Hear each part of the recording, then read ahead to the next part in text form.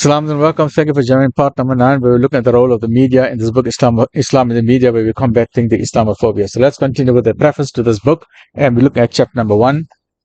The human brain is truly a marvelous and wonderful gift from God Almighty, from Allah subhanahu wa ta'ala. Alhamdulillah Rabbil Alamin. We'll make a lot of shukr that God in His mercy has given us this magnificent human organ. Right.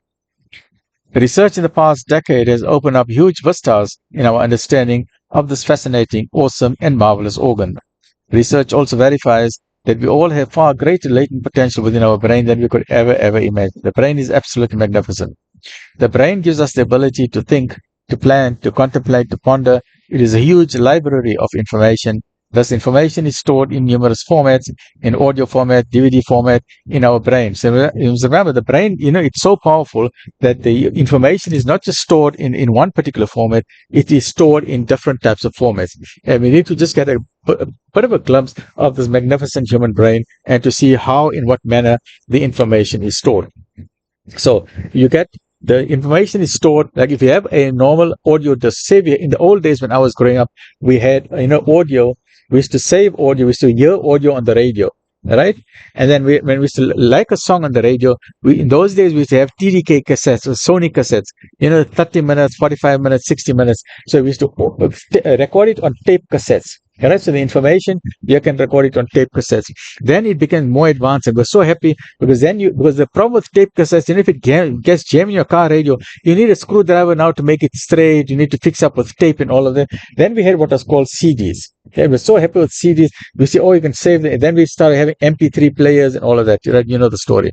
Then we had video. We had video information. So video started taking pictures and audio. So sound and audio, and we say that's amazing.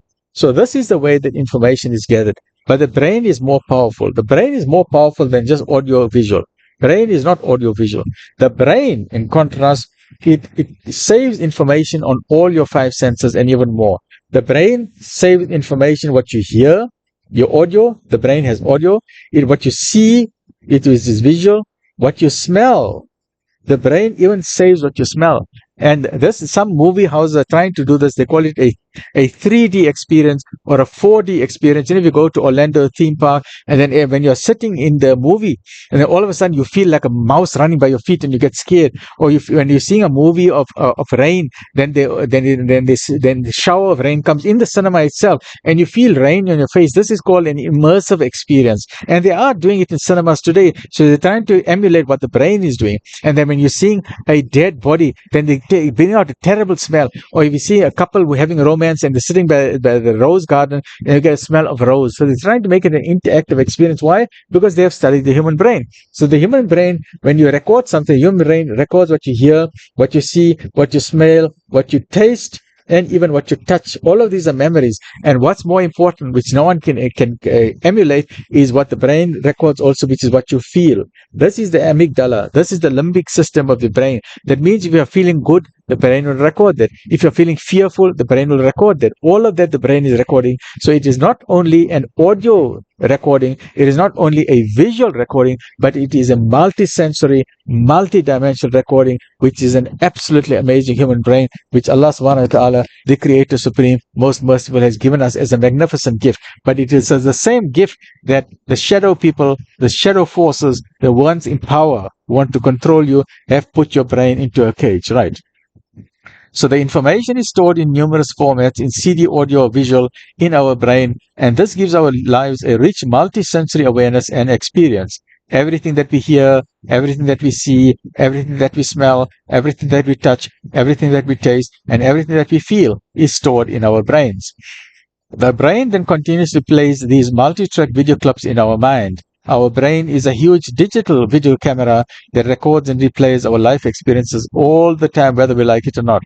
However, the video clips that are recorded and replayed in our mind are based on the following adage, which is known as the GIGO adage. GIGO, garbage in, garbage out, goodness in, goodness out. Right? Very important. If you can see that it's a bit hazy. So what does it mean? When we talk about GIGO, what does this terminology gigo mean? And this is very important. So let's pause for a moment. Let's just clean our board here again. What is this whole thing about gigo? And this whole thing about gigo is how your brain goes into the cage, right?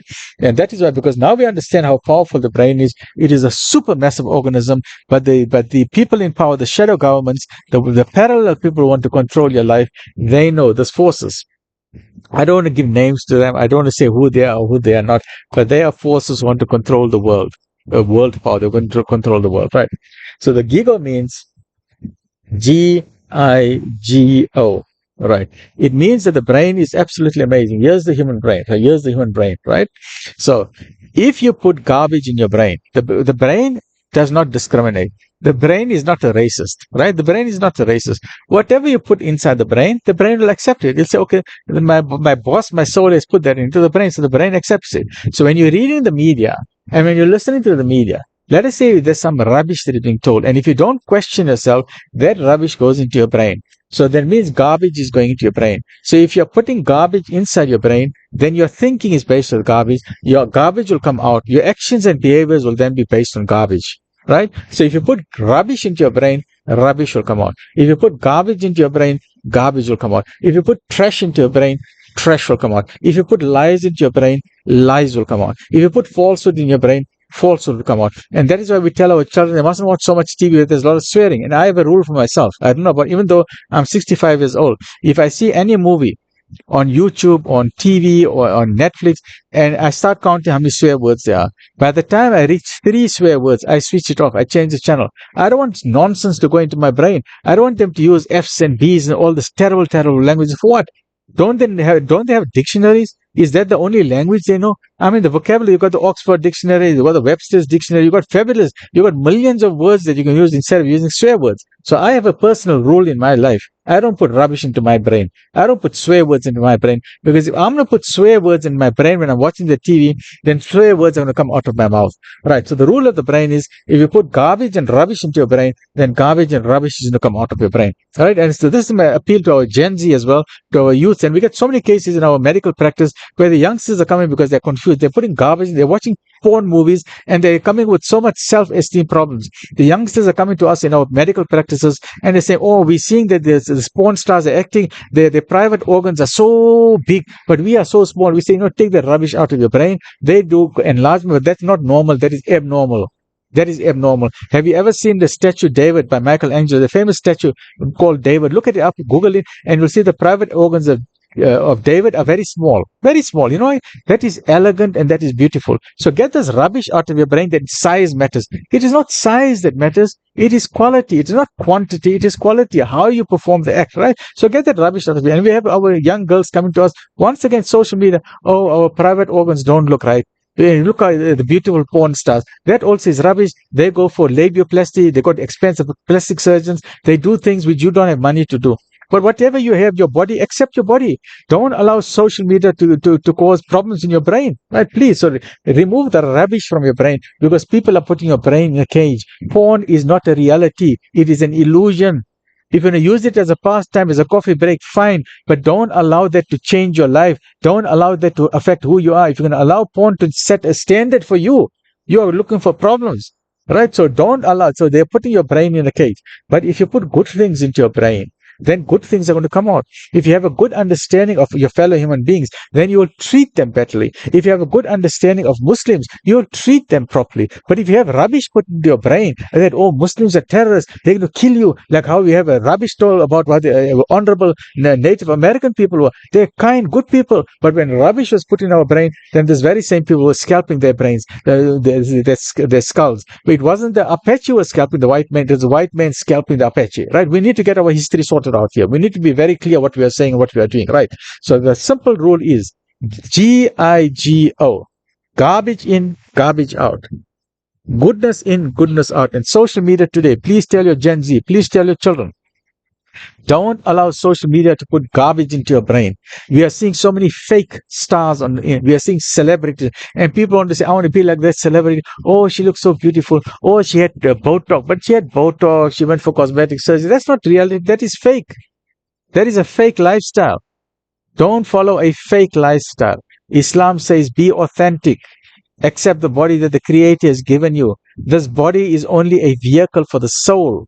Don't worry. Focus on the body, yes, but your more important thing is your soul, because your body is going to remain on the earth while your soul is continuing to its journey to its Creator. Have you cleaned your soul? Did you have a shower? Did you shower today? Yes, you had a shower today. You had a bath today. You cleaned your body. You're smelling nice. You had perfume. You had shampoo. You cleaned yourself. You bathed yourself. You feel nice and fresh. But did you shower your soul?